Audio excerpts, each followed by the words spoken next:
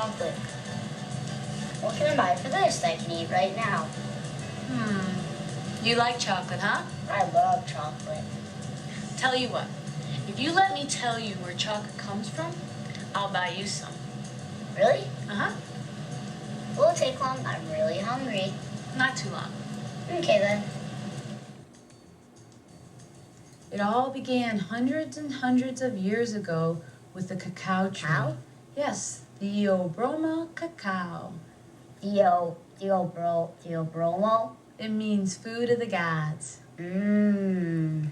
The cacao tree grows where it is very rainy and very warm, usually 20 to 30 degrees north or south of the equator. Places like Mexico, Venezuela, Ecuador, Philippines. Did a little boy like me find the tree? Well, we don't know. We only know that it's been around since 1500 BC, and from the beginning it was a very valuable tree because people not only drank chocolate, but they used the cocoa beans to pay taxes, buy food, and other necessary things. It was considered more precious than gold. Also, Emperor Montezuma, a great Aztec leader in Mexico, believed chocolate gave him strength and wisdom. He would drink some before going into battle. And eat a candy bar? Well, no, the candy bars weren't invented yet, and neither was the great taste of chocolate invented yet. In 1519, Hernan Cortes, an explorer from Spain, visited Montezuma, and he sampled some of this new drink. Then he took some back to Spain with him. Not pleased at first, the Spanish added sugar, cinnamon, sliced almonds to make it taste better. Now the drink became very popular. It was even promoted as an excellent source of energy with great nutritious value. I can't wait to tell my mom that chocolate's good for you. Well, they thought it was good for them, and it became very popular. So popular throughout Europe that chocolate houses opened up all over. However, it was still pretty expensive, and only the wealthy at this time could afford this wonderful drink. They would gather and discuss worldly events over a cup of hot cocoa. The Industrial Revolution came in the 1700s, and this helped to advance the making of the chocolate bar with the invention of new equipment, but the smoothness and the taste of chocolate still needed improvement. So in the 1800s, a Swiss chemist, Daniel Peter, he experimented with different ingredients. First he tried cheese, but that didn't work. Then he tried milk, and that worked. So he teamed up with Henry Nestle, who came up with a recipe for condensed milk, and together they produced the first commercially made milk chocolate. Are we done now? Can I have my chocolate bar now? Well, we're not quite done yet. There's still a little bit more that went into making your candy bar. What else has to be done? Okay, we'll go back to the cocoa tree. A cocoa tree takes about 5 years before it starts producing the pods. 5 years? Yep. What are pods? Well, the pods, they hold the cocoa beans. So after 4 to 6 months... Another 4 to 6 months? Well, yeah, the pods take that long to ripen. But after they're ripened, the farmers are very quick to cut them off the tree. Of course, we want to eat the pods. You and a lot of other animals and birds. You see parrots, monkeys, squirrels, rats, and other creatures in the tropical rainforest like the taste of cocoa beans too, and they will steal the pods if they can. Do candy bars come from pods? Well, it's the start. First, the pods need to be split open with a large knife one at a time. Now, inside the pods are the cocoa beans, and they're covered by a white coating. The beans are removed, they're placed in big piles, and they're covered with banana leaves. They are turned several times as they get cooked under the very, very hot sun for 3 to 9 days. 3 to 9 days? Yes, this process called fermentation removes the white coating and the really good chocolate flavor starts to develop.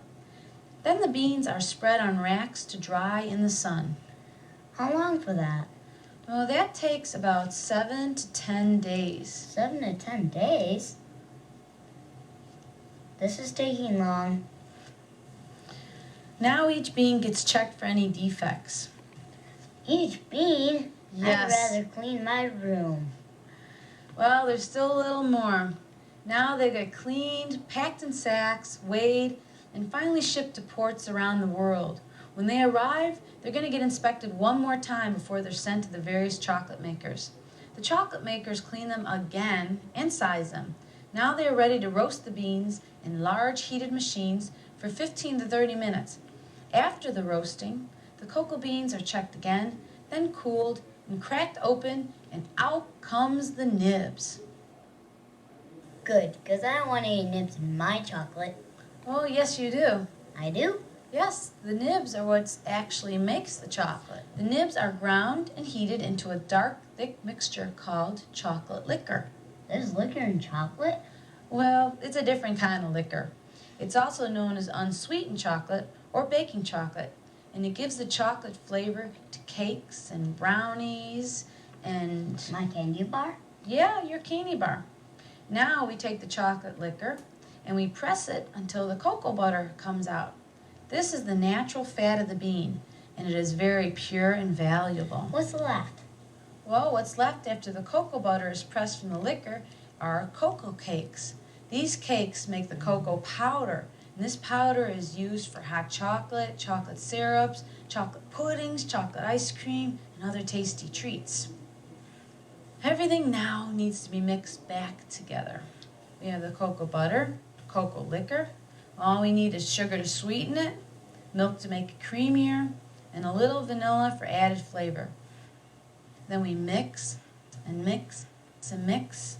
For dark chocolate, we use chocolate liquor, cocoa butter, vanilla, and sometimes a little bit of milk. For milk chocolate, we add less chocolate liquor and more milk.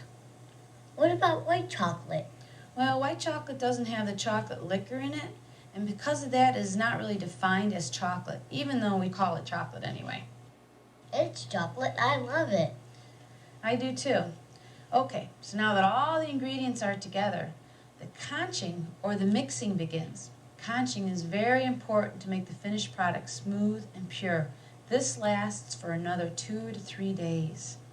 Oh boy. But guess what? The finished chocolate is finally ready to be made into candy bars. Really? Yes. But wait, What? how do they put the caramel and creams inside the chocolate? Well, big chocolate bars come to me and I melt them in our really big melters. Then I measure and mix, scoop, blend, pour the caramels and the creams, nougats, nuts, and other goodies before they're dipped and covered in chocolate. And it's ready to eat. Wow, that's a lot of work. And sometimes when I don't mix the chocolate with anything, I just take the pure chocolate and I make some fun shapes to give to some very special people.